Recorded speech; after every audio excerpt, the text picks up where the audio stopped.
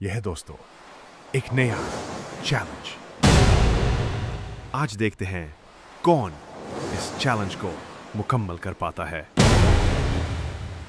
जैसा कि आप देख सकते हैं, यहाँ एक तस्वीरी पहेली है जिसमें कुछ अजीब व गरीब आदाद व शुमार लिखे गए हैं।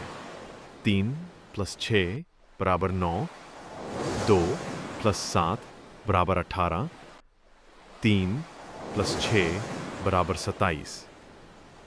और अब सबसे अहम सवाल, 4 + 5 = क्या? तस्वीर में 3 ऑप्शंस हैं। ए 9, बी 36, सी 91। यह है एक IQ टेस्ट और ख़ास बात यह है कि सबसे पहले जवाब देने वाले 3 खुशकिस्मत फातिहीन को मिलेगा 14 अगस्त का बिल्कुल मुफ्त बैनर।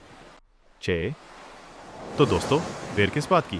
फौरन कमेंट में लिखें अपना जवाब और देखें क्या आप इन 3 खुशकिस्मत फातिहीन में शामिल हो पाते हैं या नहीं।